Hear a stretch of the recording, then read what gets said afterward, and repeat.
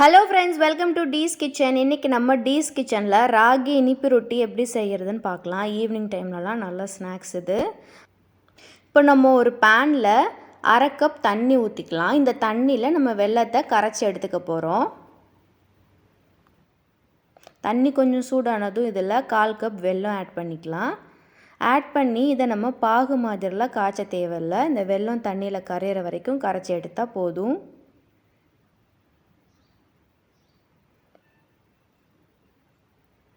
வெல்லம் இப்போ நல்லா கரைஞ்சி கொதி வர ஆரம்பிச்சிடுச்சு. இப்போ நம்ம அடுப்பை ஆஃப் பண்ணிடலாம். இப்போ ரொட்டி மாவு ரெடி பண்ணுறதுக்கு ஒரு மிக்சிங் பவுலில் 1/2 கப் ராகி மாவு சேர்த்துக்கலாம். நம்ம இப்போதைக்கு இவ்வளோ சேர்த்துக்கலாம். அப்புறம் நம்ம கன்சிஸ்டன்சி பார்த்துட்டு தேவைப்பட்டால் எக்ஸ்ட்ரா 1/4 கப் சேர்த்துக்கலாம். இப்போ இதில் நம்ம கரைச்சி வச்சுருக்க வெல்லத்தையும் ஆட் பண்ணிடலாம். ஆட் பண்ணி நல்லா மிக்ஸ் பண்ணிக்கலாம். கொஞ்சம் தண்ணியாக தான் இருக்குது. அதனால நம்ம அதில் எக்ஸ்ட்ராவாக ஒரு 1/4 கப் ராகி மாவு சேர்த்துக்கலாம். சேர்த்து இதை நல்லா மிக்ஸ் பண்ணிக்கலாம்.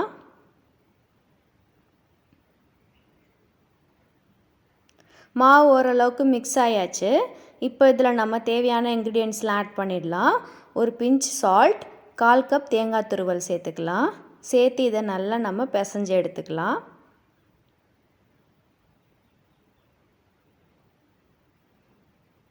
இப்போ மாவு நல்லா பிசைஞ்சாச்சு. நம்ம ரொட்டி சுட ஆரம்பிச்சிடலாம். கையில் லேசாக எண்ணெய் தடவிட்டு சின்ன சின்ன உருண்டைகளாக எடுத்துக்கலாம். சின்ன உருண்டைனா ரொம்ப சின்ன உருண்டையில் ஓரளவுக்கு கொஞ்சம் மீடியம் சைஸ் உருண்டைகளாக இந்த மாதிரி எடுத்துக்கலாம்.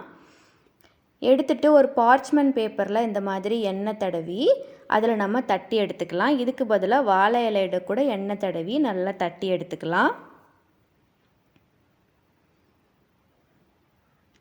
இந்த மாதிரி நல்லா தட்டி எடுத்த பிறகு ஒரு பேனை சூடு பண்ணி அதில் லேசாக நெய் விட்டுக்கலாம். நெய், எண்ணெய் எது வேணாலும் விட்டுக்கலாம். அது நம்மளோட டேஸ்ட்டுக்கு ஏற்ற மாதிரி விட்டுட்டு இந்த பார்ச்மெண்ட் பேப்பரை அப்படியே இன்வெர்ட்டடாக போட்டு நம்ம அப்படியே மேலாப்பில் எடுத்தோன்னா நல்லா வந்துடும். பாருங்கள், இந்த மாதிரி நம்ம மீடியம் ஃப்ளேமில் வச்சு நல்லா 2 சைடும் நல்லா இந்த ரொட்டியை குக் பண்ணி எடுத்துக்கலாம். இப்போ ஒரு சைடு வெந்ததும் இன்னொரு சைடு திருப்பி போட்டுக்கலாம். பாருங்கள், வெந்ததும் ரொட்டி இந்த மாதிரி கலர் மாறிடும். அவ்வளோதான், நல்லா 2 சைடும் வந்துடுச்சு. நம்ம எடுத்துடலாம். இதே மாதிரி நம்ம எல்லா மாவையும் ரொட்டிகளாக சுட்டு எடுத்துக்கலாம். ரொம்பவே ஈஸியான ரெசிபி, ஹெல்த்தியான ரெசிபியும் கூட. கண்டிப்பாக நீங்களும் இதை வீட்டில் ட்ரை பண்ணி பாருங்கள். இந்த வீடியோ உங்களுக்கு பிடிச்சிருந்தால் மறக்காமல் நம்ம சேனலுக்கு சப்ஸ்கிரைப் பண்ணுங்கள் ஃப்ரெண்ட்ஸ். நன்றி.